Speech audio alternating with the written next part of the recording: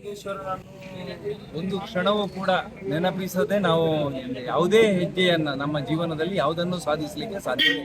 ಜಯ ಜಯ ಶಂಕರ ಸಾಂಬ ಸದಾಶಿವ ಮಹಾಲಿಂಗೇಶನೇ. ಶ್ರೀ ಮಹಾಲಿಂಗೇಶ್ವರ ದೇವಸ್ಥಾನದ ಜಾತ್ರೋತ್ಸವದ ಸಂತೋಷದ ಕ್ಷಣದಲ್ಲಿ ನಾವೆಲ್ಲ ಇವತ್ತಿದ್ದೀವಿ. ಇದು 6ನೇ ದಿವಸ ದೇವರ ಪೇಟೆ ಸವಾರಿಯ ಸಂದರ್ಭದಲ್ಲಿ ಪ್ರತಿ ದಿವಸವೂ ಕೂಡ ದೇವರ ಜೊತೆಗೆ ಹೆಜ್ಜೆ ಹಾಕುವಂಥದ್ದು ನಮ್ಮೆಲ್ಲರ ಸಂಪ್ರದಾಯ ಅನ್ನುವಂಥ ರೀತಿಯಲ್ಲಿ ಇವತ್ತು ಇಡೀ ಊರಿನ ಜನತೆ ಇವತ್ತು ದೇವರ ಪೇಟೆ ಸವಾರಿಯ ಸಂದರ್ಭದಲ್ಲಿ ದೇವರ ಜೊತೆಗೆ ಹೆಜ್ಜೆ ಹಾಕತಕ್ಕಂಥ ಸಂಗತಿಗಳು ದೇವರ ಶಕ್ತಿಯನ್ನು ಮತ್ತೆ ತೋರಿಸುವಂಥ ಪ್ರಯತ್ನದ ಅಡಿಯಲ್ಲಿ ನಾವೆಲ್ಲ ಕಾಣ್ತಾ ಇದ್ದೇವೆ.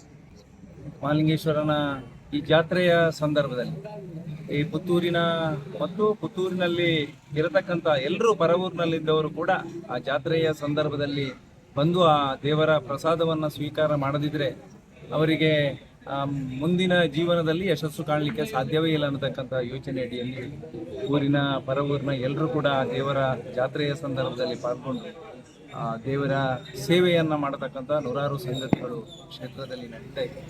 ಇವತ್ತು ಪೇಟೆ ಸವಾರಿಯ ಸಂದರ್ಭದಲ್ಲಿ ವರ್ಷದಿಂದ ವರ್ಷಕ್ಕೆ ಭಕ್ತರ ಸಂಖ್ಯೆ ಇಮ್ಮಡಿಯಾಗಿ ಇವತ್ತು ಮಹಾಲಿಂಗೇಶ್ವರನ ಮಹಾತ್ಮೆಯನ್ನು ನೋಡುವಂಥ ಆ ಸೌಭಾಗ್ಯ ನಮ್ಮೆಲ್ಲರ ಪಾಲಿಗೆ ಬಂದಿದೆ.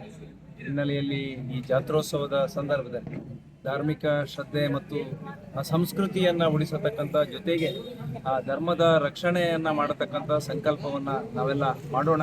ಮಹಾಲಿಂಗೇಶ್ವರ ದೇವರು ನಮಗೆಲ್ಲರಿಗೂ ಆ ಶಕ್ತಿಯನ್ನು ನೀಡಲಿ ಅಂತಕ್ಕಂಥ ಆಶಯದ ನಡುವೆ ಸಂತೋಷದಲ್ಲಿ ನಾವೆಲ್ಲ ಜಾತ್ರೆಯ ಸಂದರ್ಭದಲ್ಲಿ ಪಾಲ್ಗೊಂಡು. ಸರ್, ಪುತ್ತೂರು ಮಹಾಲಿಂಗೇಶ್ವರ ಅಂತ ಹೇಳಿದ ಕೂಡಲೇ ನಿಮ್ಮ ಮನಸ್ಸಿಗೆ ಅವರ ಪ್ರಥಮ ಯೋಚನೆ ಏನು ಸರ್? ಮಹಾಲಿಂಗೇಶ್ವರನನ್ನು ಒಂದು ಕ್ಷಣವೂ ಕೂಡ ನೆನಪಿಸದೆ ನಾವು ಯಾವುದೇ ಹೆಜ್ಜೆಯನ್ನ ನಮ್ಮ ಜೀವನದಲ್ಲಿ ಯಾವುದನ್ನು ಸಾಧಿಸಲಿಕ್ಕೆ ಸಾಧ್ಯವಿಲ್ಲ. ದೇವರಲ್ಲಿ ಇರತಕ್ಕಂತಹ ನಂಬಿಕೆ ನಮ್ಮನ್ನ ಈ ತನಕ ಈ ಪವಿತ್ರವಾಗಿರ್ತಕ್ಕಂಥ ಮಣ್ಣಿನಲ್ಲಿ ಉಳಿಸಿಕೊಂಡಿದೆ. ಆ ದೇವರನ್ನು ಬಿಟ್ಟು ಪುತ್ತೂರಿನಲ್ಲಿ ಯಾವುದೂ ಇಲ್ಲ. ಮಹಾಲಿಂಗೇಶ್ವರನೇ ಎಲ್ಲದಕ್ಕೂ ಕೂಡ ಮಹಾಲಿಂಗೇಶ್ವರ ನಮಗೆ ಶಕ್ತಿ. 18ನೇ ತಾರೀಕಿಗೆ ವರ್ಷಾವಧಿ ಬರುವಂತೆ ಅವಭೃತ ಸ್ನಾನದ ಸಂದರ್ಭದಲ್ಲಿ ನಮ್ಮ ಮನೆಯಲ್ಲಿ ಕೂಡ ಮಹಾಲಿಂಗೇಶ್ವರನ ಕಟ್ಟೆ ಇದೆ. ಆ ಕಟ್ಟೆಗೂ ಕೂಡ ರಾತ್ರಿ 2:30 ಗಂಟೆಯ ಹೊತ್ತಿಗೆ ದೇವರ ಆಗಮನ ಆಗುತ್ತೆ.